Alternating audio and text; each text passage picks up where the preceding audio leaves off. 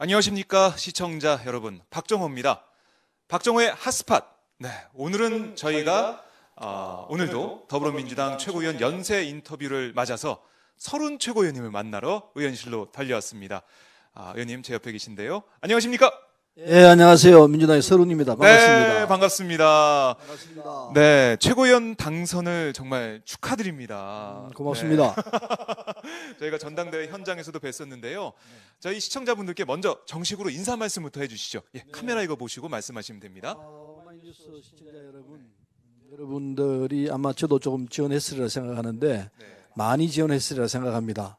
그래서 감사를 드리고 전당대회 때 제가 드린 말씀을 들으셨는지 모르겠습니다만은 어쨌든 저는 대한민국이 정말 좋은 나라가 되어서 한반도 전체가 평화 속에서 대한민국 미래, 한민족의 미래가 그려질 수 있게 되기를 바라고 그런 차원에서 하고자 하는 바입니다. 그래서 오늘 이 방송을 통해서 여러 가지 얘기들을 할 수 있으면 좋겠네요. 고맙습니다. 네, 반갑습니다. 저희가 마이크를 제가 왔다 갔다 하면서 좀 진행을 해볼게요. 예, 제가 저 혼자 제가 마이크 주도권을 쥐고 그럼 이제부터 진행을 좀 해보도록 하겠습니다.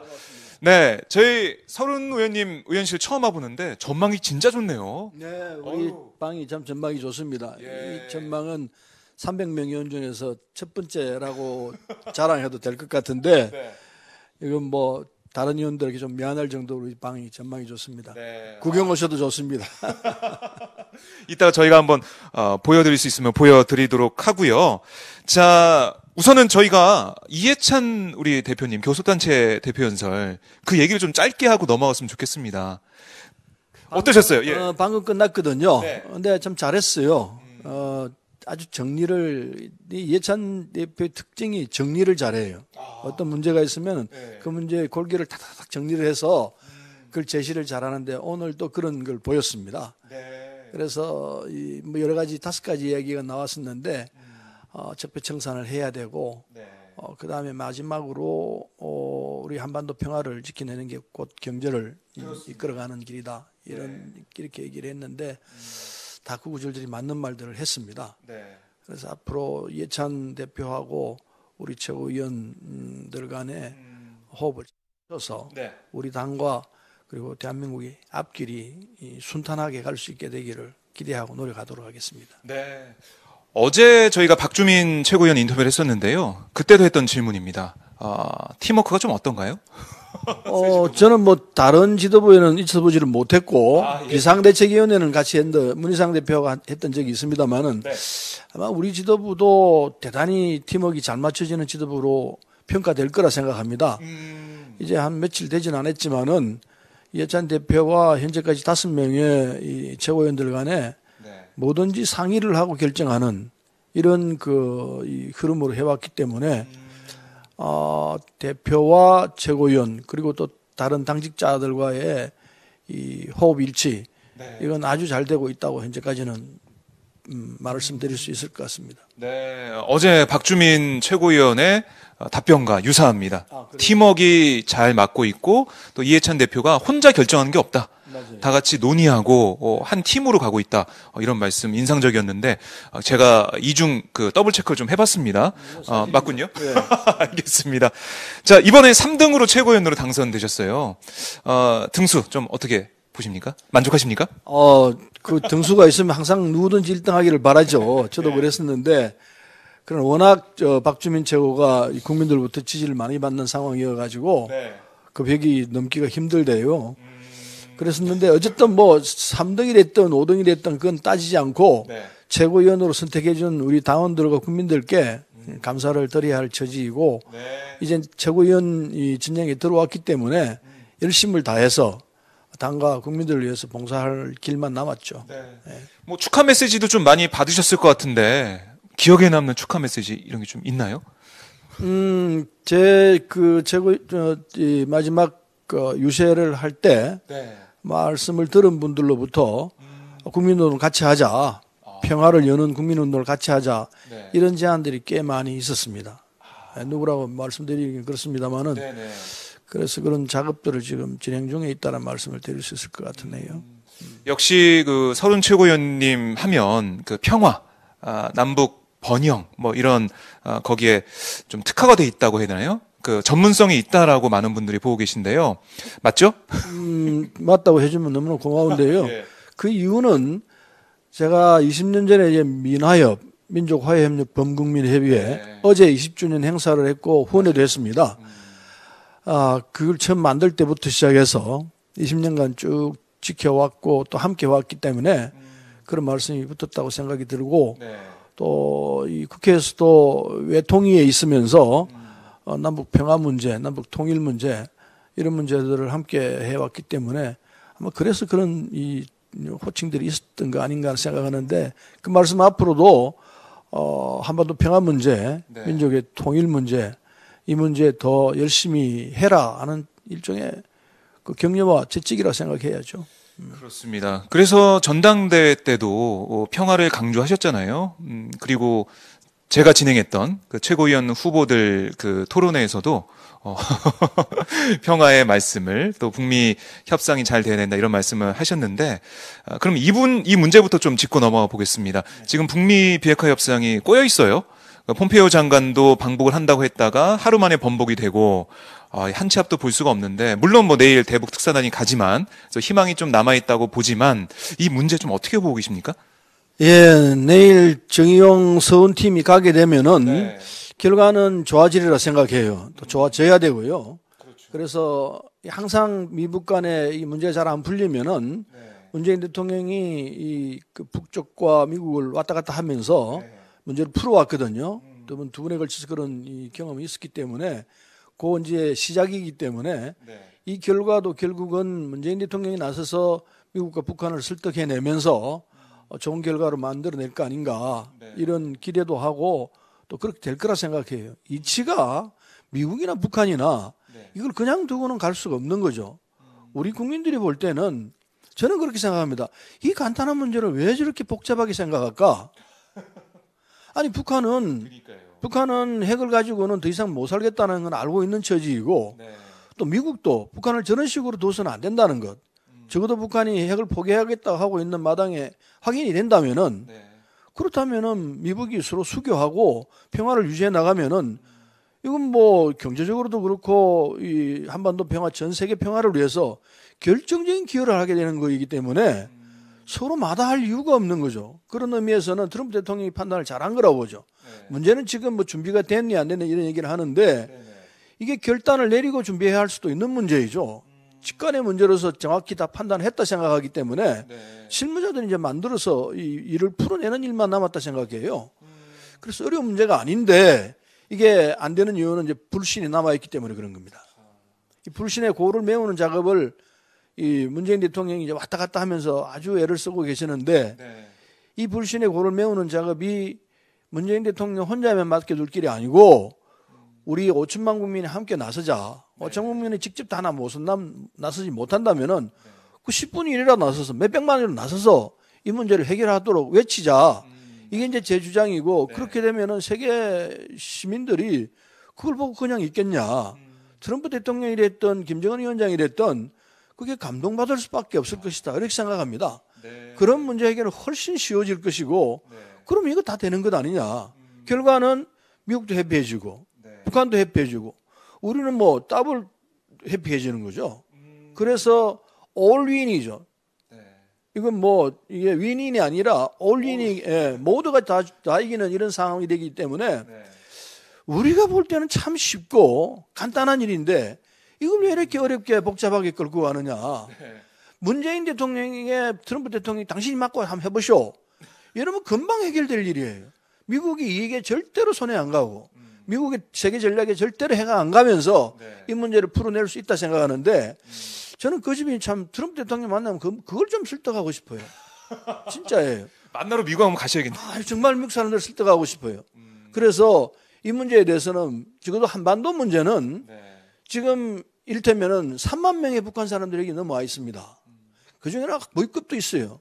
대단히 고급 정보를 우리가 다 갖추고 있습니다. 예전에는 북한 문제를 보는 시각이 미국에 의존했습니다. 우리가 어떤 판단이나 정보라든지 이런 부분에 미국이 의존했었는데 지금은 거꾸로 된 걸로 알고 있어요. 우리가 갖고 있는 정보 훨씬 많다고 알고 있습니다. 그래서 미국이 오히려 우리 쪽에 물어오고 우리가 설명해주고 이런 관계가 됐기 때문에 그래서 한반도 운전자론이라는 게 나온다고 알고 있어요. 그래서 지금 시점에서는 미국 측에서 전략적 판단을 이렇게 한다 생각해요. 이 문제는 문재인 대통령이 맡겨도 이게 문제 해결이 된다. 오히려 더 합리적으로 더 쉽게 문제 해결할 수 있을 것이다. 이런 믿음이 있어야 한다 생각해요. 예.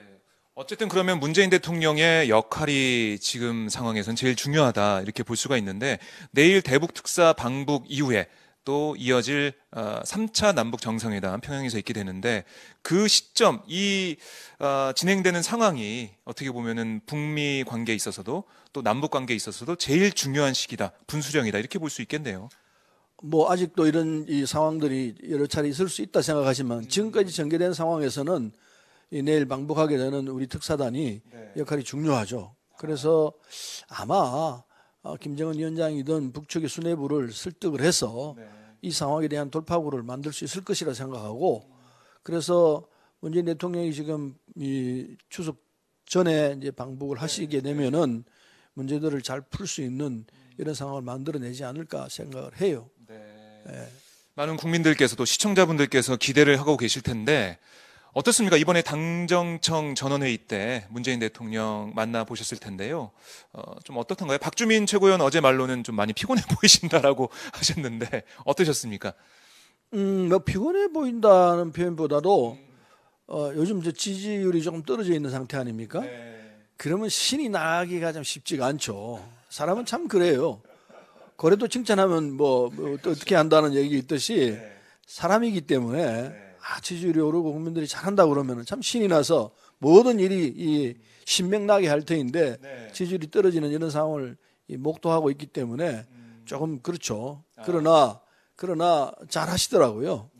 이게 이 의원들하고도 이 스킨십도 아주 잘 하시고 제가 볼 때는 뭐 이런 정도로 가시면은 이게 탄탄하구나 이런 느낌을 강렬히 받았습니다. 예, 아무래도 뭐 경제 문제나 그 외교 문제나 이런 것들 계속해서 챙겨야 될 게 많잖아요. 뭐 그런 부분에 있어서 박주민 최고위원은 좀 챙길 게 많아서 잠을 잘 못 주무신다 뭐 이런 말씀도 들었다고 했는데 지지율 얘기를 말씀하셨습니다. 지지율이 하락세긴 해요. 제가 그 토론회 때도 좀 여쭤보긴 했지만 하락세 좀 반등하려면 어떻게 해야 될까요? 아니면은 좀 지지율이 높았다가 제자리를 찾아가는 그런 상황인가요? 어떻게 보십니까? 조정 국면으로 보는 게 좋죠. 그러나 결과는 이제 절대치는 떨어져 있는 상태이기 때문에 이게 더 올라가면 더 좋죠. 그러나 사실은 지지율은 50%대에서 왔다 갔다 하는 게 정상이라 생각해요. 50%대 밑으로 떨어지면 안 되죠. 그래서 그런 상태가 정상 상태일 거라 생각하기 때문에 지금은 정상 상태로 가고 있는 과정이다.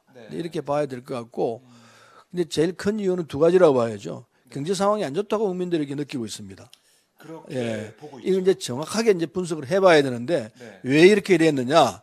이게 이제 뭐 우리 탓을 하지 않겠다는 게 책임을 폐하겠다는 뜻이 아니고 경제라는 게 오늘의 결과가 아니잖아요. 어제의 결과, 그거제의 결과가 지금 나타나는 거이기 때문에 그래서 이 과거 정권에서 있었던 부분들을 우리가 지금 정리해내는 이런 과정에 있기 때문에 그래서 경제 이 상황이 국민들이 볼 때 뭐 이래 좀 축축축 나가야 될 거 아니야 이런 말씀을 하실 수 있을 거라 생각하는데 조금 기다리시면은 지금 우리 소득주 성장을 이렇게 전개해 나가고 있지 않습니까? 이건 모든 경제 정책이 다 그렇지만은 특별히 이 소득주 성장이라는 거는 한 텀 돌아가야 되기 때문에 돌아가는 시간이 필요하죠. 이 돌아가게 되면은 그 다음부터는 이게 그 효과가 나오기 때문에 나오게 되면 선순환 구조로 돌아가게 되죠.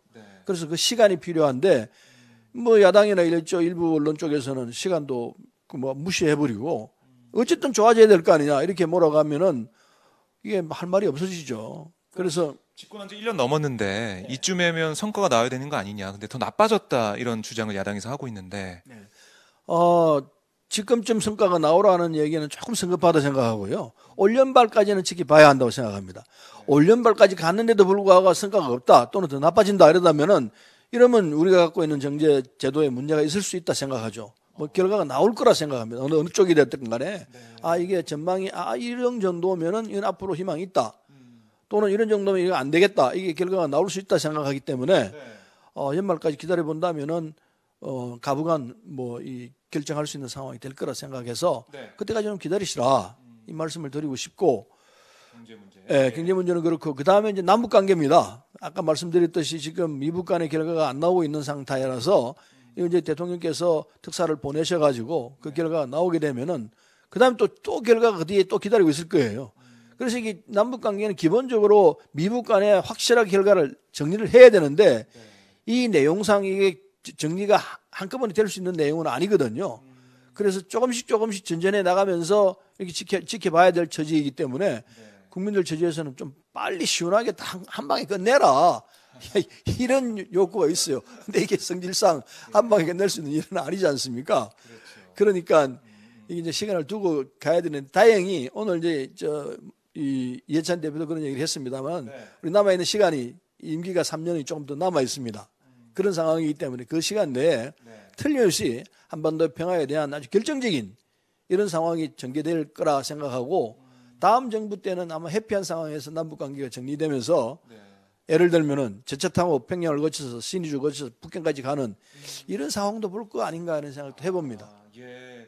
그러니까 저희가 보면은 그렇게 희망을 가질 수 있는 그런 부분들이 있고 하지만 경제 문제가 하여튼 제일 중요한 것 같아요. 그 부동산 문제도 그렇고 이해찬 대표께서도 첫 당정 협의에서도 강조하셨고 계속 어제 공급 얘기도 하셨는데요. 부동산 시장 문제 이거 지역구에서 좀 얘기 좀 듣지 않으세요? 듣죠. 근데 우리는 이제 서울이 아니고 부천 미구 이 아파트촌이거든요. 예. 그래서 아파트 주민들도 이해관계가 좀 달라요. 이 건물 주는 값이 오르기를 기대하고 있고 임대 사시는 분들은 값이 오르면 안 되죠. 그런 이제 이중적인 상황에 있는데 어쨌든 이 그 아파트 값이라는 건 안정적인 게 좋죠. 반드시 그래야 되는데 근데 서울 집값 문제는 이건 공급 부족이라고 그러니까 이해찬 대표도 그런 얘기를 했습니다만은 공급을 늘려야 한다. 그래서 이 집값 문제를 정리를 해야 된다. 이런 얘기를 하고 있기 때문에 집값에 대한 원인, 이 오르고 있는 원인을 우리가 알고 있으니까 원인을 알고 있으면은 해결할 수 있는 길이 있을 수 있다 생각하거든요. 근데 이게 이제 집값 문제가 전 세계적으로 이런 문제가 있는 것 같아요. 우리만 이런 현상이 있는 건 아닌 것 같고 어쨌든 이거는 이 해법이 있을 수 있다 생각해서 이 문제도 조만간 잡히지 않겠나 이렇게 생각하고 있습니다. 예. 사실 그 근로 의욕이 떨어지는 그런 문제라서 그렇죠. 이게 평당 뭐 1억 그거는 뭐 문제가 있다고 봅니다만은 집값이 올라도 너무 오르죠. 그래서 새로 인생을 설계하는 젊은 사람들 이런 분들은 아예 내 수입으로는 도저히 집을 마련할 수 없다. 서울에서. 그러니까 아예 포기하고 내 인생 설계를 하겠다. 이런 분들이 꽤 많아요. 이건 절대로 바람직한 일은 아닌 것 같거든요. 모르겠습니다. 인생 살아가는 방법이 저희들 세대하고 또 젊은 세대하고 또 다르게 살아가는 시대이기 때문에 어떤 것이 또 언제는 잘 모르겠습니다만 어쨌든 내 집을 갖고 살겠다라는 이런 기대가 무너진다는 것은 결코 바람직한 건 아니죠. 그래서 이번 새로운 지도부에서 이 문제를 좀 강하게 제기하고 계시고요. 이 정책 문제에서 여당이, 그러니까 민주당이 좀 더 목소리를 낸다 이런 느낌도 받고 있어요. 새로운 지도부 들어서서요. 네, 그래서 우리 지도부는 당정청 이렇게 나가지 않습니까? 그거는 당을 앞에다 내세우는 거는 국민을 내세우는 뜻이 있거든요. 그렇네요. 국민의 뜻을 따라서 당이 먼저 그 뜻을 받들게 돼 있고 그걸 집행하는 게 이 정이고 그다음 청와대는 그 위에서 정리한다 이런 이제 흐름이 이걸 드러내는 이 말이라고 보는데 당정청에 그런 의미가 있었군요. 예. 그래서 당이 갖고 있는 생각이 대단히 중요하죠. 국민의 뜻을 바로바로 연결해 나가는 이런 채널로 생각할 수 있기 때문에 그래서 당에서 어떤 얘기를 하느냐가 아주 뭐 무엇보다도 중요하죠. 그래서 우리는 국민의 뜻에 따라서 국민의 이 바라는 바를 정부와 청와대 쪽에 연결해서 그게 관철될 수 있도록 하려고 하고 있죠. 그렇습니다. 어떻게 보면 사선의 우리 서른 최고위원님이 중심을 잡는 역할을 그 최고위원 5분 사이에서도 하실 것 같아요. 보면은 뭐 40대 2분 있고, 그 다음에 재선 의원이 1명 있고, 재선이 2분이군요. 그리고 그 최다선 의원 최고위원이신데, 앞으로 활약이 기대가 되는데, 댓글 좀 소개해 드릴게요. 저희가 지금 민주당 최고위원 연세 인터뷰 2번째 시간으로 서른 최고위원님을 만나고 있습니다. 이 방송 유튜브와 페이스북을 통해서 생중계되고 있는데요. 임JM님, 서른 최고 화이팅! 서른 최고위원 응원합니다. 이런 댓글이 있는데, 혹시 의원실에서 달아주신 건가요? 농담입니다. 예. 그리고, 슬픈 파도님, 서른 화이팅! 이런 댓글도 있고요. 뉴스 럼럼님, 사랑이여 서른. 사랑이여 서른 댓글이 있고요. 자, 그리고, 페북에서도 댓글을 보니까, 지난번 고양시에 오셨을 때 해주셨던 말씀이 감동적이었습니다. 청년들과 만나면서 공부하고 지금부터 열심히 해도 늦지 않는다는 말씀 정말 의미 있었습니다. 고향에서 이런 말씀 하셨었나요? 네. 청년들 만나서? 전국적으로 다니면서 얘기를 했는데 네. 청년들 만나면 그런 얘기를 하죠. 여러분들 정치를 할 수 있도록 해라. 이게 정치가 블루오션이다. 이유는 네. 젊은 청년들이 정치에 관심을 안 갖고 있어요. 예를 들면은 우리 당에 우리 지구당이라고 그러죠. 원미을 지역에 보면은 청년 학생들이 거의 없다시피 해요. 청년위원회가 있긴 한데 몇 명이 안 돼요. 예. 이 관심이 없다라는 것은 희소 가치가 있다라는 의미거든요. 참여하는 분들은. 그래서 이 블루오션이라는 얘기도 쓰고, 예. 그리고 이게 그 정치 현장에 그만큼 젊은 사람이 적기 때문에 이게 문제가 있죠. 네. 그래서 많은 젊은 분들이 정치 현장에서 활동하고 관심을 갖고 일을 해야 네. 정치가 이 세상의 모든 일에 다 관여하는 상황인데 젊은 층들이 정치 현장에 와서 일을 하지 않으면은 이 앞으로 우리가 어떻게 되느냐 대단히 위험한 상황이다. 네. 그러니까 이 젊은 분들이 많이 이 정당 일에 관여해서 정치 현장에서 정치가 바로 되는 쪽으로 작동하도록 하라. 네. 이런 주문을 제가 자주 하고 있습니다. 예. 사실 의원님도 그 청년기부터 사실 이 여러 가지 활동을 하시면서 뭐 투옥도 되시고 활동 열심히 하셨었는데 뭐 그때랑 지금이랑 비교할 수는 없지만 시대의 상황을 어쨌든 청년들이 정치에 많은 관심을 가지는 게 필요하다. 정치 혐오라는 게 좀 많이 퍼져 있어가지고 청년들이 아유 정치 뭐 다 뭐 똑같이 뭐 이런 말씀. 저희 어머니 아버님 때부터 그런 얘기를 좀 많이 했었잖아요. 정치는 다 똑같아. 다 도둑놈이야 이런 말씀 많이 하셨는데 그게 예. 그런 말씀 하시는 분들일수록 네. 정치 현장에 오셔서 자신이 그 이 흙탕물에 들어있는 상황을 청수로 만드는 깨끗한 물을 만드는 노력을 해야죠. 그걸 알고 있는 분이 계신다면은 네. 들어와서 그 물을 맑은 물로 만들 노력을 해야지. 그걸 그냥 팽개쳐 놓으면은 그러면 언제 그럼 누가 그럼 그걸 맑은 물로 만들겠습니까? 네. 그걸 알고 있는 분들이 계신다면 당장 뛰어 들어와서 이거 맑은 물로 만드는 작업을 뭐 해내야 한다고 생각합니다. 그게 한 분이 됐든 100명이 됐든 들어오면 들을수록 많이 들을수록 결과적으로는 맑은 물이 될 것 아니겠습니까? 그래서 특히 젊은 분들이 오셔서 이 정치 현장에서 이 일을 해 나가야 한다 생각해요. 사실 근데 청년들 얘기 들으면 또 그런 얘기도 해요. 정치에 관심 있는 분들도 아니 지금 가봤자 청년들이 정치 일선에 뛰어들 수 있는 그런 상황이 아니다. 뭐 청년 비례대표 문제도 있고요. 공천 문제도 있는데요. 그래서 옛날에 했던 386 세대가 아직까지 정치하고 있고 이런 판에 밑에 후배들 키워주지 않는다. 이런 반박도 있거든요. 근데 논리적으로 좀 틀린 이야기가 되는 게 네네. 정치는 우리 사회는 이제 민주사회로 되어 있지 않습니까? 수로 따지거든요. 네. 선거로 다 하니까 경선이라는 장치가 있지 않습니까? 네네. 그래서 일테면은 내가 기초의원 뭐 출마하겠다. 네. 그러면 이 각 지구당에서 경선을 합니다. 경선에서 통과되면 되죠. 그게 무슨 벽이 있다 이런데 그런 얘기는 사실은 조금 그 상황에 대한 오해나 또는 잘못 알고 있는 부분에서 되는 부분이라 생각하고 네. 들어와서 함께 하면은 반드시 길은 나와요. 특히 젊은 분들이 이 갖고 있는 기대가 있기 때문에 네. 예를 들어서 우리 지구당에 부천 원미을 민주당입니다만은 네. 들어와서 한 3년만 이 같이 나이 드신 분들하고 이게 함께 하면은 네. 저 사람 참 자격이 있어. 그리고 능력 있는 사람이야. 저 젊은 사람을 시의원으로 부천은 이제 기초의원은 시의원입니다. 부천 시의원으로 예. 보내자. 이렇게 되면은 정치 현장에 들어오게 되죠. 네. 그래서 제가 블루오션이라는 얘기를 하는 이유가 네. 그럼 반드시 그분은 시의원이 되고 기초의원이 돼서 다음에 도의원, 광역위원이 되고 다음에 그 다음에는 이제 기초단체장이 되고 그다음 국회의원 되는 거예요. 그런 과정이 눈에 보이기 때문에 네. 그래서 제가 블루오션이라는 얘기를 하는데 이런 얘기를 해드리면은 깜짝깜짝 놀래요. 그런 길이 있냐? 있어요. 실제로 그게 진행되는 상황이고 네. 사람들이 그걸 지켜만 보고 저게 진짜인가 뭐 아닌가 이렇게만 생각해요. 그렇죠. 그래서 지금 오늘 이 방송을 들으시는 젊은 분들이 계시면은 청년들에게 절대로 청년들 여러분들은 가까운 지역구에 가셔서 문을 두드리세요.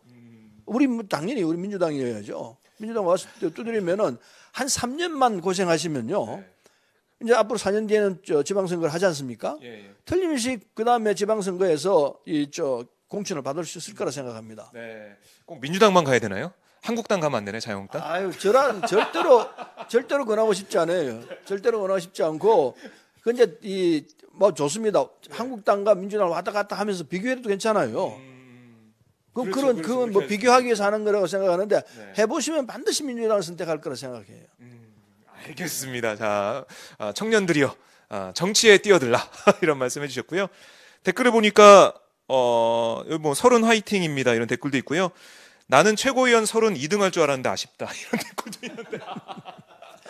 예, 그 말씀은. 2등 할 줄 아셨죠? 예, 2등은 할 줄 알았습니다. 근데 박강원 최고가 막강하더라고요. 그래서 턱을 잘 못 넘었습니다. 3등도 괜찮아요. 4등 꼴찌 했더라도 상관없어요. 그렇죠. 그 새 지도부에 들어갔다는 게 의미가 있고요.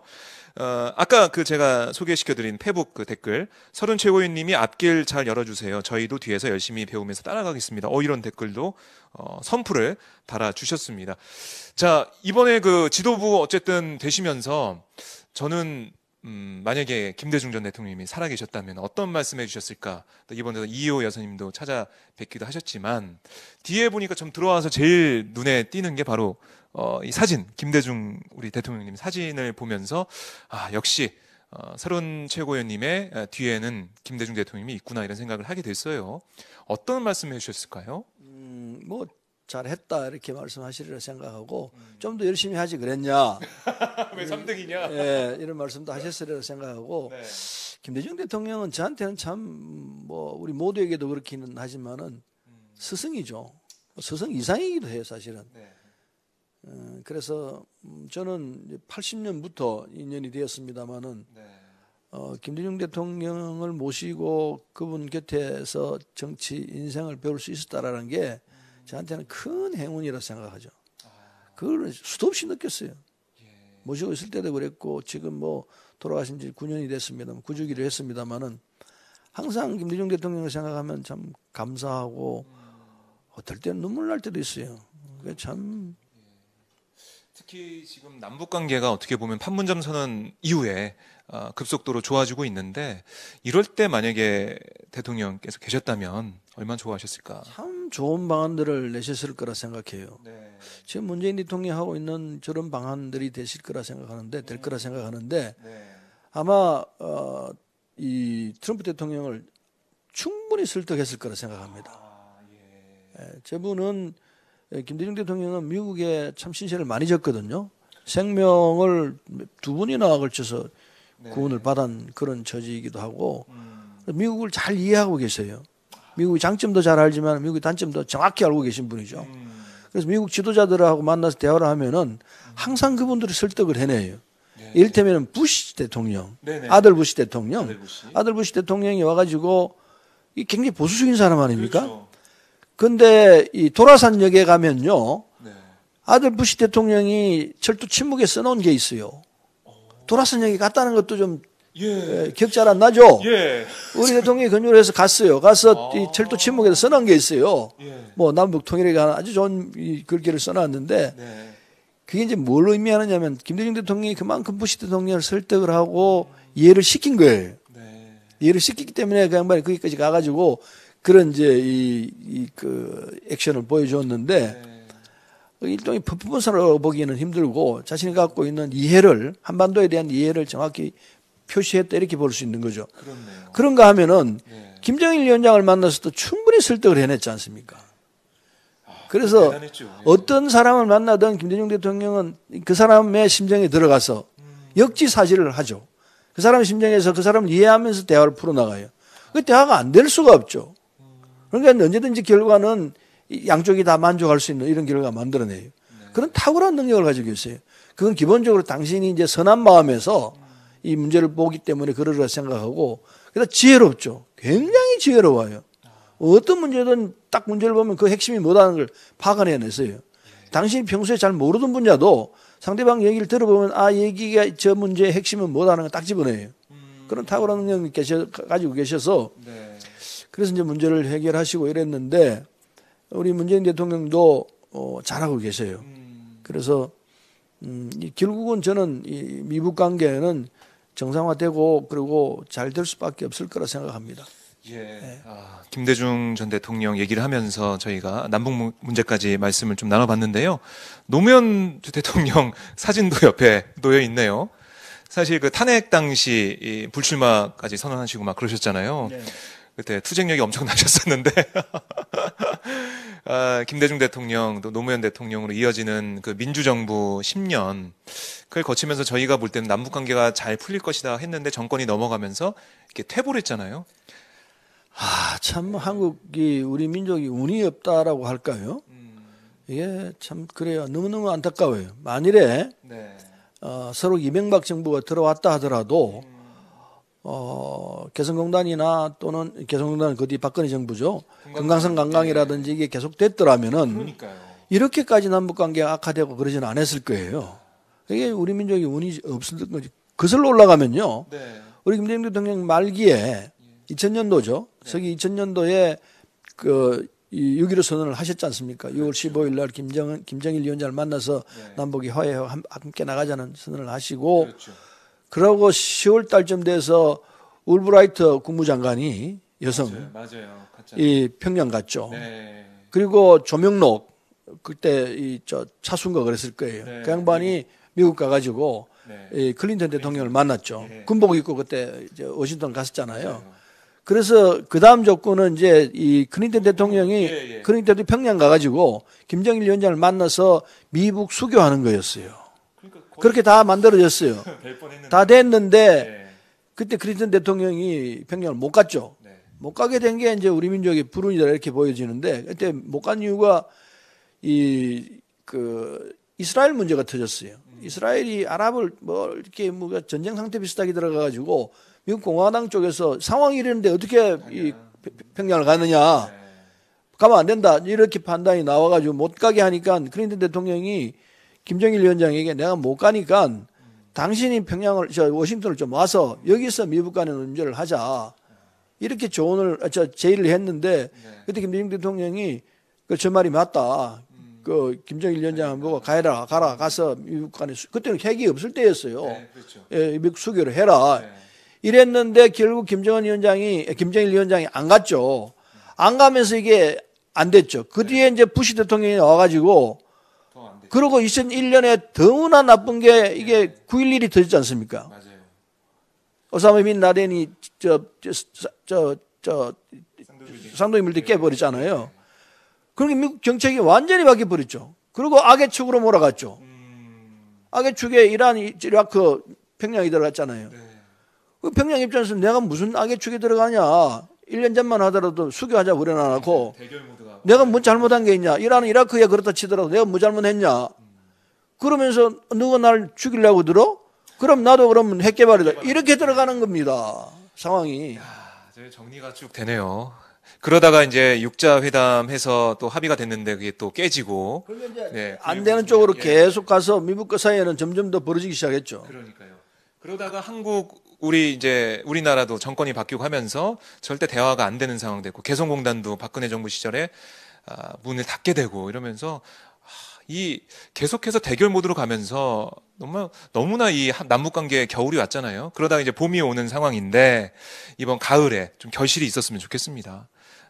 최악의 국면까지 갔다가 전쟁 일보 직전까지 갔지 않습니까? 네. 갔다가 골짜기에서 이제 올라오고 있는 과정이죠. 그러니까요. 예, 올라오고 있는 과정이기 때문에 결국은 이 문제는 해결될 수밖에 없죠. 이 상태로 가서는 안 되고, 예, 그래서 해결된다 생각해서 이 간단한 문제인데 우리가 직관으로 볼 때 이거는 양쪽이 그냥 가서는 안 된다. 결국 만나서 해결해야 된다. 김정은도 핵을 가지고 뭘 쓸 것이냐. 핵 가지고 먹고 살 수는 없지 않습니까? 먹고 살아야 되는데 그럼 핵을 포기할 수밖에 없고 핵을 포기하더라도 안전판이 있다. 안전판이 있다는 걸 우리 충분히 설명하죠. 그러니까요. 그래서 이제 뭐 종전선언을 먼저 해야 된다, 아니다, 이게 주고받게 해야 된다, 뭐 여러 가지 방안이 나오고 있지만 어쨌든 목표 지향은 똑같다 이렇게 볼 수가 있는데 어쨌든 대북 특사단이 내일 가니까 한번 지켜보도록 하고요. 댓글을 보니까 서상귀님이 서른 최고위원님 우리의 희망입니다. 부안에서 서상귀 드림. 부안에까지 팬이 있으시네요. 전국에 다 있습니다. 예, 아유, 죄송합니다. 제가 너무 서른 최고위님을 만만하게 봤군요. 예. 그리고 김대중 대통령, 노무현 대통령 정신을 계승한 문재인 대통령과 최고 의원들 파이팅! 이렇게 하셨네요. 민주정부를 계승해서 지금 남북관계 문제 풀어가고 있고 하고 있는데요. 저희가 좀 더 지켜보도록 하고요. 뭐 최대현님은 민주당 화이팅 이런 댓글도 달아주셨습니다. 자, 박정호의 파일럿, 박정호의 핫스팟, 이 현장 함께하고 있고요. 오늘은 서른 최고위원님과 함께 저희가 생중계로 함께하고 있습니다. 자, 여당하기가 좀 쉽진 않을 것 같아요. 제가 보니까 지금 보수 야당, 특히 뭐 자유한국당의 김성태 원내대표가 매일매일 하는 말을 볼 때 협상할 수 있을까 이런 얘기 생각 좀 드는데요. 특히 이번 예산안 관련해서 소득주도 성장을 계속해서 비판을 하고 있고 예산안도 세금 중독 성장이 아니냐 이런 얘기를 하면서 비판하고 있습니다. 이런 야당과 협치를 할 수 있을까요? 최고위원님 어떻게 보십니까? 제가 야당이라면요 네. 저렇게 안 할 것 같아요. 어떻게 하느냐면은. 네. 그러니까 이 선택과 집중, 일테면은 도와줄 건 도와주고, 여당이 잘하는 것도 있거든요. 아무리 야당 시각이라 하더라도. 뭐 남북 문제 뭐 이런 게 그렇죠. 있겠죠. 예. 특히 이제 남북 문제 같은 경우에는 뭐 좋다, 우리 도와줄게, 같이 한번 해봐라. 못할 경우에 들어가면 이제 공격을 하고 비판하고 해야 되는데 무조건 안 된다고 하고 있거든요. 그건 전략적으로 참 제가 볼 때는 실패예요. 야당이 실패예요. 저렇게 하면은 국민들이 야당은 무조건 다 반대다 이렇게 나오거든요. 그렇죠. 발목 잡기다. 발목 잡기라는 얘기가 나오죠. 그래서 참 답답하다. 내가 야당이면 절대는 저렇게 안 한다. 그런데 불행히도 지금 제가 과문이라서 그런지 모르겠습니다만 야당 내에서 지금 이 김성태 대표가 하고 있는 이런 이 행보에 대해서 비판한다는 소리를 못 들었어요. 그러니까요. 그거는 내가 볼 때 지금 기회가 참 이게 암담해요. 네. 그래서 앞으로 야당이 저렇게 가서 어떻게 될까 하는 이제 걱정이 앞서는데, 네. 그러니까 이를테면 우리가 잘못하는 게 있다면 공격을 받아야 합니다. 이를테면 이런 부분이 있을 수 있습니다. 우리 경제가 지금 잘못 돌아가고 있다. 네네. 이 부분에서 공격을 하고 토론을 해야 돼요. 우리는 이렇게 보는, 그렇죠. 비판하고 끝나서는 안 된다. 비판하고 끝나면 대안을 내세운다든지, 그리고 정확하게 짚어야 돼요. 정확하게 짚으려면 국민들과 함께 이 여야가 함께 토론을 하고 심판하는 국민이 보게끔 이런 자세를 갖추면은요 절대로 이 야당이 저렇게 지지율이 떨어지지 않는다고 봅니다.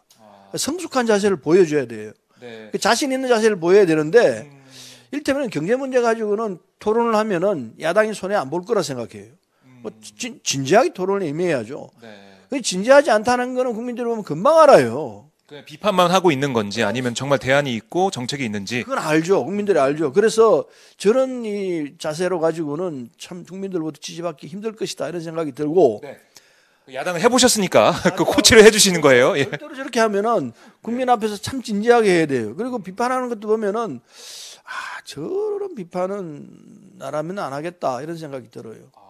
그러니까 김성태 원내대표가 뭐 한 놈만 팬다 뭐 이런 얘기도 하고 뭐 세금 중독 성장이다 이런 얘기하면서 소득주도 성장, 최저임금, 경제 문제를 계속해서 공격을 하고 있는데 그렇게 안 한다. 그러니까요 이게 좀 품위를 갖추자 하는 얘기 이런 얘기는 어디 가서 항상 맞아요. 그래서 말씀을 하시더라도 좀 더 다른 표현으로 국민들로부터 저 말은 맞아. 그리고 저 표현은 맞는 말이야. 이렇게 고개를 끄덕이끔 하는 표현으로 했으면 좋겠는데 그 기술이라 그럴까요? 그 자세라 그럴까요? 이거 조금 그렇다 생각이 듭니다. 예. 김성태 원내대표랑 조금 개인적인 인연이 있으신가요? 개인적인 인연 전혀 없습니다. 조언은 못 해주시겠네요. 못 하겠어요.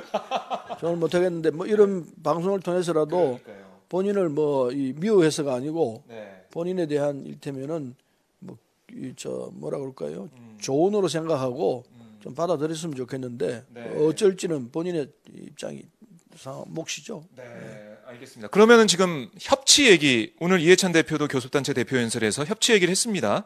그 5당 대표들이 뭐 의제나 이런 거 상관없이 형식 상관없이 만나서 얘기를 하자. 외교 문제, 민생 문제 협력하자.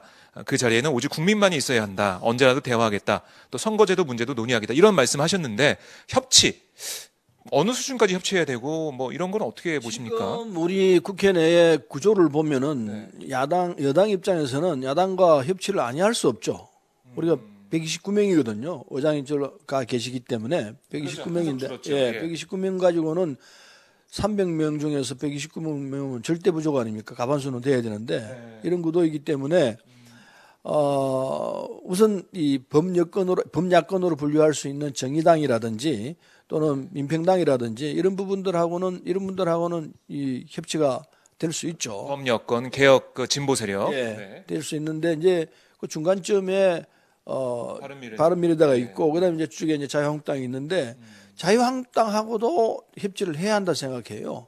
근데 이게 이제 상대가 있는 게 돼 가지고 아까 말씀드린 대로 문제를 보는 시각이 조금 같은 부분이 있어야 되는데 저는 같을 거라 생각하는데 같이 보면서도 일부러 우리는 다르다고 하는지는 모르겠습니다만은 협치하기가 참 쉽지가 않은 것 같아요. 네. 그렇게 되면은 결과적으로 아무 문제도 안 풀고 못 풀고 이렇게 가서는 안 되니까 최소한 우리가 할 수 있는 부분이 아까 말씀드린 대로 정의당과 민평당 부분 또는 필요하면 이제 이 바른미래당하고 같이 하는 이런 상황에서 문제를 풀어내는 이런 이 부분이 될 것 같고. 네네.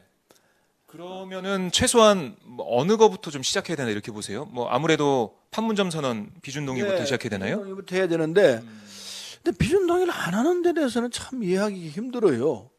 그게 과거에 우리가 국가안보 문제에 있어서는 여야가 있을 수 없다고 그래서 우리가 야당일 때도 여당이 협조하는 입장을 취했었거든요. 그게 부당하게 정치적 이용물이 아니었더라면은. 근데 지금 우리 입장에서 한반도 평화 이상 더 좋은 게 어디 있습니까? 이게 여야가 있을 수 없지 않습니까? 그러니까 이거는 우리 국민이라면 당연히 한반도 평화가 있어야 한다는 대전제가 깔려 있는 얘기인데 여기에 대해서 이걸 결과적으로 거부하는 형태가 된다면은 이 국민적 지탄을 면할지 못할 거라고 보는데 지금 한반도 평화를 중심축에 두고 있는 판문점 선언에 대해서 비준하자는 데 대해서 이걸 못하겠다는 식으로 나온다면은 이거는 참 국민들이 이걸 어떻게 볼까? 오히려 역효과만 있는 한국당의 스탠스다. 역효과가 있다 보죠. 그래서 참 한 번 더 생각해보라 이런 말씀을 드리고 싶어요. 네.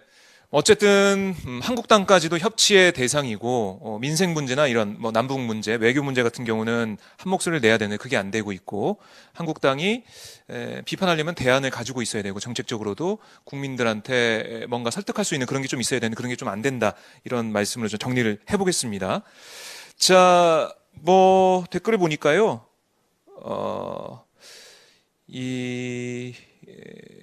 뭐 정권 잡고 남 탓하고 있다. 뭐 이런 댓글도 있어요. 그런 비판이 있을 수 있죠. 이제 1년 반이 지난 상황이기 때문에 그런 비판이 있을 수 있지만 그러나 어쨌든 그 경제 문제에서 그런 비판을 하시리라 생각하는데 아까 말씀드린 대로 우리 소득주도 성장론을 갖고 있는 이 경제 정책 자체는 시간이 필요하기 때문에 대단히 죄송하지만 올 연말까지만 기다려 주십사. 그리고 성과가 나오면 그걸 가지고 평가해 주십시오. 이런 말씀을 드릴 수 있고요. 정확히 말씀드리면은 이 결과는 현재 이 경제 상태는 10년 전에부터 있었던 이 이명박 박근혜 정권의 후유증이 남아 있어가지고 그걸 이제 정리하는 과정에 있기 때문에 우리로서도 어쩔 수 없이 이런 상태가 올 수밖에 없는 것이다. 이 말씀 먼저 드리고 그다음에 이걸 해결하는 능력 이건 우리 몫입니다.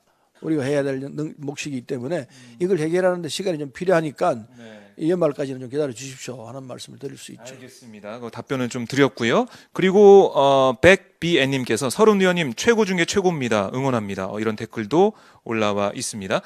자, 홍준표 대표가 9월 15일에 이제 귀국을 한다고 해요. 그 전에 이제 페북에 올려가지고 글을 올려가지고 이 문재인 정부를 비판 좀 하고 있는데 야당 그 한국당이 어떻게 보면 지금 김병준 비대위 체제에서 좀 당이 혁신하려는 그 모습 보인다라고 기대는 좀 하고 있었는데 그게 안 되고 대권주자들이 좀 나오는 것 같아요. 홍준표 대표나 아니면 황교안 전 총리나 이런 것 좀 부각이 좀 되고 있는데 한국당의 이런 스탠스 좀 어떻게 보고 계십니까?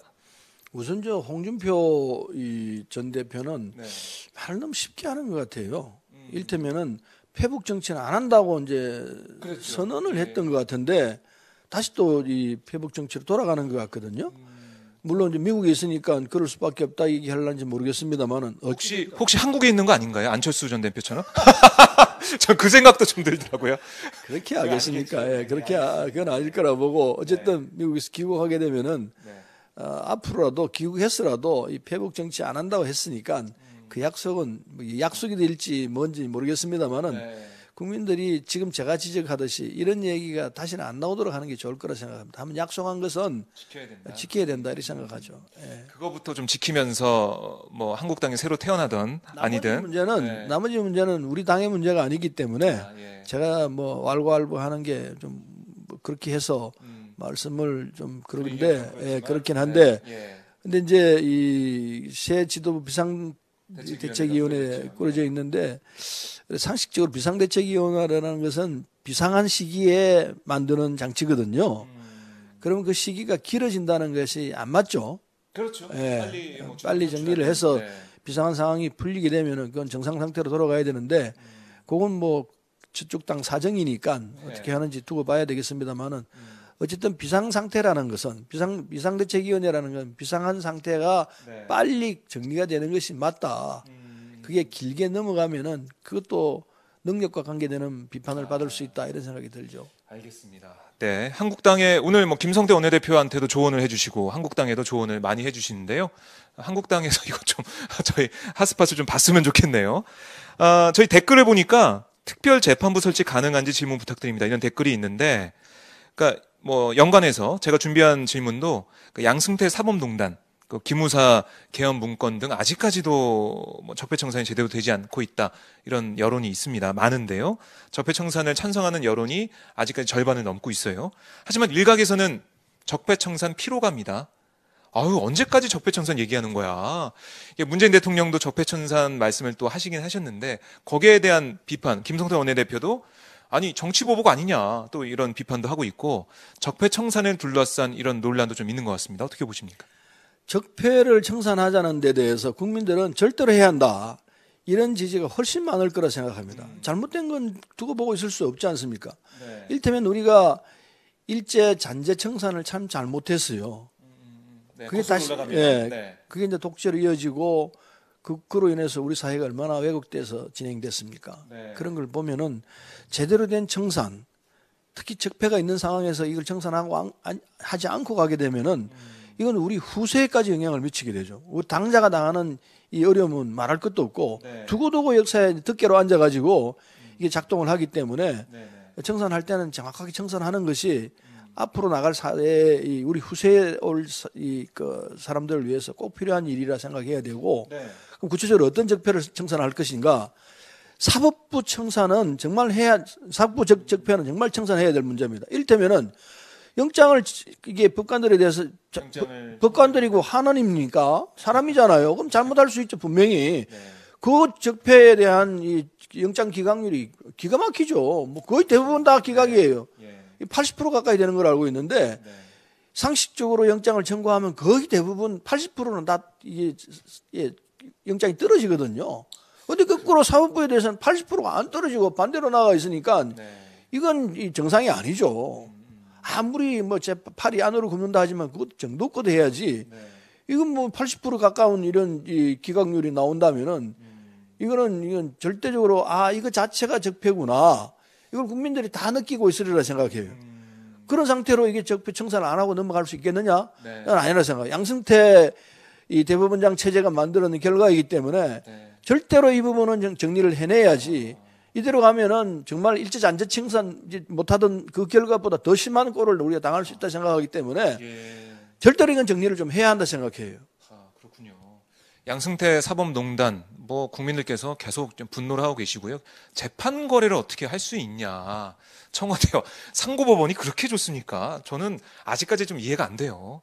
얼마나 기득권이 좋길래 상고법원 만들면서 청와대와 재판 거래할 수 있는지 이 부분 민주당에서도 끝까지 파헤치고 정의를 세워야겠죠. 당연히 그래야죠. 사실은 사법부가 그동안의 권력 이를테면은 무풍지대였다고 보면 된다고 봅니다. 우리 민주적 이런 어떤 흐름이랄까 네. 이 부분으로부터 거의 그냥 동떨어져 있는 상황에서 흘러왔기 때문에 사법부가 갖고 있는 여러 가지 정리해야 될 부분이 참 많을 터인데 네. 해방 이후 그렇죠. 정부 수립 이후 한 번도 정리된 적이 없는 이런 게 성역처럼 남아 있었던 부분인데 네. 그 성역이 좋은 성역이 아니고 독재가 이렇게 진행되면서 한 번도 정리가 된 적이 없는 상황이었기 때문에 네. 그래서 지금 양승태 같은 사람이 나와가지고 이런 이 사태가 벌어진 것이라 생각하고 있거든요. 네. 그래서 차제의 촛불혁명이 일으키고 있는 이 흐름 속에서 이게 사법부도 이 정리를 해내는 이런 결단이 있어야만이 국민으로부터 축하받는, 신뢰받는 네. 이런 사법부로 거듭나야 된다고 생각하죠. 그렇습니다. 그 민주주의와 인권의 최후의 보루다라는 말을 사법부의 수식어로 우리가 많이 달아줬었는데 이번 양승태 사법부 사법농단이 드러나는 걸 보면 야 우리가 사법부 이런 사법부 믿을 수가 있겠냐 이런 생각 많이 하시고 계세요. 사법부의 생명은 믿음이거든요. 그렇죠. 국민이 신뢰할 수 있어야 되는데 네. 그 신뢰가 동떨어진 상황이 돼버리면은 이건 어떻게 하겠습니까? 그건 새로 태어나야죠. 네. 새로 태어날 수 있도록 국민들이 나서서 정리를 해줘야 합니다. 그래서 지금 이 사법 이 사태는 그냥 넘어가서는 안 되고 네. 적폐를 정확하게 드러내는 이 정리해내는 고름이 있다면 그 고름을 수술해내는 이 작업을 해야 한다고 생각해요. 알겠습니다. 수술해내는 그런 작업 저희가 한번 지켜보도록 하고요. 최우영님께서 두 가지 질문을 올려주셨는데 첫 번째 질문은 서른 최고위원님의 당선은 진심으로 축하의 말씀드립니다. 현재 민주당과 문재인 대통령의 지지율이 내려가고 있는데 특별히 소득주도 성장과 최저임금에 관한 법과 법안이 국회를 통해서 언제쯤이면 통과가 될 수 있을까요? 이런 질문 주셨고요. 또 하나 더 소개해 드릴게요. 9월 중에 있을 남북 정상회담과 함께 더불어서 문재인 대통령께서 평양 방문을 계획을 하고 계시는데 어떤 결과 소식을 가져올 수 있을지 궁금하고 또한 특별히 총선이 다가오고 있는데 질문 많습니다. 민주당이 집권 여당으로서 자리매김에 관해서 말씀 부탁드립니다. 말씀만 주셨는데 중복되는 것도 있긴 한데요. 어떻습니까? 이 법안 통과 이런 것들 어떤 계획이신지 이걸 좀 여쭤봤는데 아까 정의당과 민평당, 그러니까 평화당과 함께 할 수 있는 법안들도 있을 텐데 이런 것들 좀 성과 낼 수 있을까요? 이번 경기국회에서. 어제까지만 봐도 한국당 김성대 원내대표가 원내대표 회동에 참석하지 않고 이러면서 좀 부정적인 기류가 좀 만들어지고 있는데요. 일테면 이제 인터넷 은행법 같은 게 지금 우리 당내에서도 정리가 잘 안 되고 있습니다. 그렇습니다. 그래서 경제 문제를 둘러싸고 있는 이런 우리 당내에서의 견해 차이도 있고, 그 다음에 정의당과 그리고 민평당과의 사이에서도 견해 차이가 많이 있습니다. 근데 그것은 의원들 간의 토론을 통해 가지고 접점을 찾을 수 있을 것이라 생각합니다. 그래서 그게 정리가 되면 이제 당내에서 먼저 좀 정리가 되겠네요. 정리가 돼야 되죠. 그런데 인터넷 은행뿐만 하더라도 자유한국당이 갖고 있는 입장은 전혀 달라요. 그래서 이게 참 우리 당내에서 또는 정의당과 민평당 사이에 합의가 되는 안이 있다 하더라도 그 안을 가지고 다시 또 자유한국당하고 얘기를 하면 전혀 다른 상황이 나오기 때문에 참 어렵습니다. 구체적으로 설명드리면 좋겠습니다만은 복잡해요. 어쨌든 뭐 대기업 참여를 어떻게 하냐 이 부분도 있고 여러 가지 얽혀 있는 부분도 있고 이렇게 있는데 어쨌든 그거는 이제 우리 당내 정리를 할 부분이라 생각하고 아까 말씀드린 대로 이런저런 일들로 인해서 시간을 좀 주십사 하는 말씀을 드리고 싶고요. 그다음에 이제 문재인 대통령께서 방북을 하셔서 하실 일은 아까 말씀드린 대로 미북 간의 중간에서 두 양쪽을 이해시키고 그리고 벌어진 간극을 메꾸는 작업 이걸 이제 하실 것이라 생각해서 아마 평양 갔다 오시고 나면은 다시 또 트럼프 대통령을 만나야 하실지 모르겠어요. 그러니까요. 한미 정상회담도 있을 것 같아요. 있을 수 있다고 보죠. 그래서 김정은 위원장을 만난 결과를 가지고 또 트럼프 대통령을 만나서 상황이 이러이러하니까 다시 만나보시오. 그래서 3자 회동을 또 하게 되는 또는 양자 회동이 될지 모르겠습니다만은 여기까지 일을 이제 하셔야 될 거니까 바쁘실 것 같아요. 그러니까요. 그리고 또 한 가지 총선이 다가오고 있는데 다음 총선이죠. 민주당이 집권 여당으로서 자리매김에 관해, 그러니까 총선 승리 뭐 이런 말씀을 좀 하시는 것 같아요. 아직 1년 반이 남아 있는 시간이기 때문에 그 문제까지 말씀드리기에는 조금 앞지르는 느낌입니다만은 우리는 뭐 국민을 위해서 우선 민생을 살려내고 그리고 남북 관계에서 이 문재인 대통령이 하고 있는 이 사업이 잘 정리가 돼서 미북 간에 좋은 결과가 나오게 되게 되면은 전적으로 문재인 대통령이 중간에서 잘 조정을 하셨기 때문에 되는 일이라 이렇게 보면 될 것 같아요. 네. 그래서 그거 결과를 놓고 아마 선거를 치르게 될 거인데 민생이 좋아지면은 네. 국민들이 만족하실 거이고 거기다가 남북 관계가 잘 정리가 되면은 미북 관계가 잘 정리가 되면은 더욱더 국민들이 고생했구나. 민주당 정부가 참 잘했다. 문재인 대통령이 잘했다. 이런 결과로서 좋은 평가를 받을 수 있으리라 생각해서 우리는 그렇게 매진할 수밖에 없죠. 네. 그러니까 민생과 평화 이 두 가지 키워드 여기서 어떻게 성과를 내느냐 여기에 달려 있는 것 같아요. 그러니까 뭐 총선 승리를 위해서 그걸 한다기보다는 당연히 우리 국가와 국민을 위해서 당연히 잘 돼야 되는 거니까. 당연히 해야 할 일을 하고 그 결과를 국민들이 평가하시겠죠. 그렇죠. 알겠습니다. 이렇게 답변을 좀 드렸는데 우리 초 의원님 답변이 좀 됐나요? 네. 이렇게 바로바로 소통하는 방송이 저희 오마이뉴스가 지향하는 방송입니다. 그렇네요. 괜찮나요? 이렇게 바로바로? 이제 21세기는 이렇게 되는 시대인 것 같아요. 바로 이 직접 민주주의가 진행이 되는 거라고 보면 될 것 같아요. 그러니까요. 국민 한 사람 한 사람 자기 의견을 주고 그걸 답변을 하고 그럼요. 이런 상황이니까 세상이 참 좋은 쪽으로 가는 것 같습니다. 그렇습니다. 그리고 우리 동키호테님께서 깨끗하게 하고 나서 올바른 시스템 만들어야 합니다. 아까 적폐청산과 관련해서 말씀을 주셨고요. 뭐 이렇게 그리고 뭐 검찰 조사 해서 자영당을 털면은 뭐 다 들어간다 뭐 이런 말씀도 있고 참 재미있는 댓글 그리고 재치 있는 댓글도 많이 달아주고 계십니다. 자, 저희가 방송 시작한 지 거의 뭐 1시간 가까이 돼가는 것 같은데 시간이 금방 가네요, 의원님. 저희가 점심 도시락 시켜서 밥 먹으면서 또 계속 방송을 또 하고 싶다는 생각도 있지만, 오늘은 여기서 제가 깜짝 놀랐습니다. 의원님이 벌써 1시간이 됐네요. 네, 12시가 다 돼가고 있는데 빨리 가네요. 그렇습니다. 저희가 다음에는 좀 더 편한 자리에서 우리 의원님을 만났으면 좋겠습니다. 의원실 스튜디오 가서 해도 좋고 네. 막걸리 한잔 하면서 해도 좋죠. 그러니까요. 막걸리 토크를 통해서 좀 더 속에 있는 얘기를 할 수도 있어요. 얼큰해지면 또 전 세계사의 방송에 그런 거 나간 적은 없죠? 그렇죠. 이게 저희가 인터넷 방송이니까 좀 할 수 있는 그런 부분들이 있고요. 진짜 생생한, 그렇죠. 살아있는, 네. 진솔한 이런 방송이 될 것 같아요. 한번 시도해 보시죠. 알겠습니다. 그러니까 저희 걱정되는 게 좀 얼큰해지시면은 뭔가 사고? 예. 그냥 뭐 속에 있는 말이 나오면서 뭔가 이렇게 나오지 않을까 싶어서. 방송 사고라고 볼 게 아니고 네. 사람은 뭐 누구누구는 저런 면도 있구나.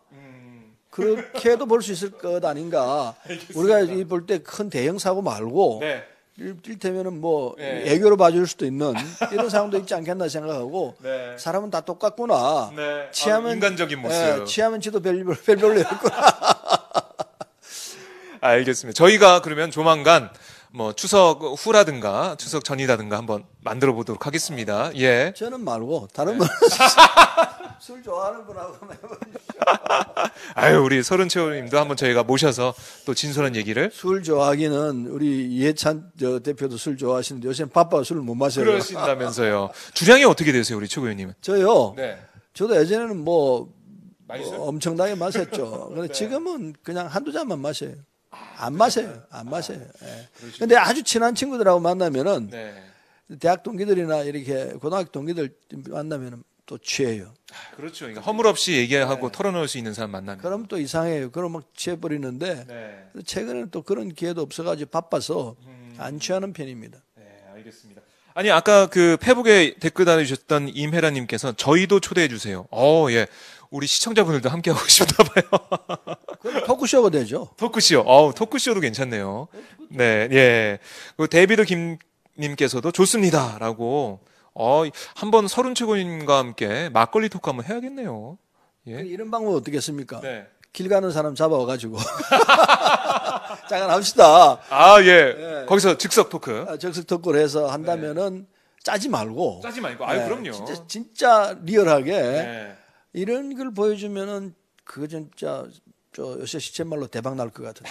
알겠습니다. 그럼 우리 서른 최호인님이 아이디어 주셨습니다. 저희 오마이뉴스 방송에서 길 가는 사람을 잡아서 방송하는 것 저희가 한번 검토해 보겠습니다. 자, 이렇게 저희가 1시간여 동안 우리 서른 민주당 최고위원과 함께 말씀을 나눠봤습니다. 더불어민주당 최고위원들 연쇄 인터뷰를 진행하고 있는데요. 또 어제 진행했던 박주민 최고위원 방송과 또 다른 느낌이네요. 예, 우리 서른 최고위원님만의 색깔이 있는 것 같습니다.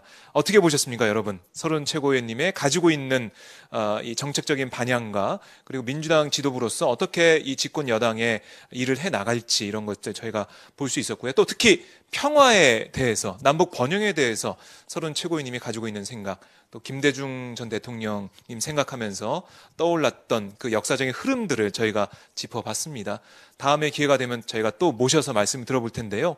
오늘은 아쉽지만 이걸로 마무리를 하고요. 끝으로 저희 시청자분들께 인사 말씀 부탁드리겠습니다. 예, 한 시간이 조금 넘은 것 같은데 아주 즐거운 시간이었어요. 방송하면서요, 저는 이렇게 부담 없이 그 속에 있는 말을 시원시원하게 할 수 있었던 기회가 거의 없었던 것 같아요. 네. 방송은 아무래도 이게 긴장하게 되고 좀 짜여 있는 뭐 이런 쪽으로 진행하는데 오마이뉴스에서는 그런 부담 없이 그냥 시원시원하게 제 할 말을 다 하는 것 같습니다. 네. 그래서 고맙게 생각하고 이런 방송을 좀 많이 봐야겠네요. 아유, 많이 나와 주십시오. 예, 네. 많이 불러주십시오. 그래서 네. 오늘은 여러 가지로 고맙습니다. 네, 고맙습니다. 다음에 저희가 또 시원시원한 방송을 기대해 보겠고요. 오늘 정말 감사드리고요. 다음에 뵙도록 하겠습니다. 고맙습니다. 네, 고맙습니다. 네, 네. 네, 이것으로 서른 최고님과의 방송을 마무리하고요. 다음에 또 모시도록 하겠습니다. 네, 시청해주신 여러분 정말 고맙습니다. 즐거운 점심 시간 되시길 바라겠습니다. 다음에 뵙겠습니다.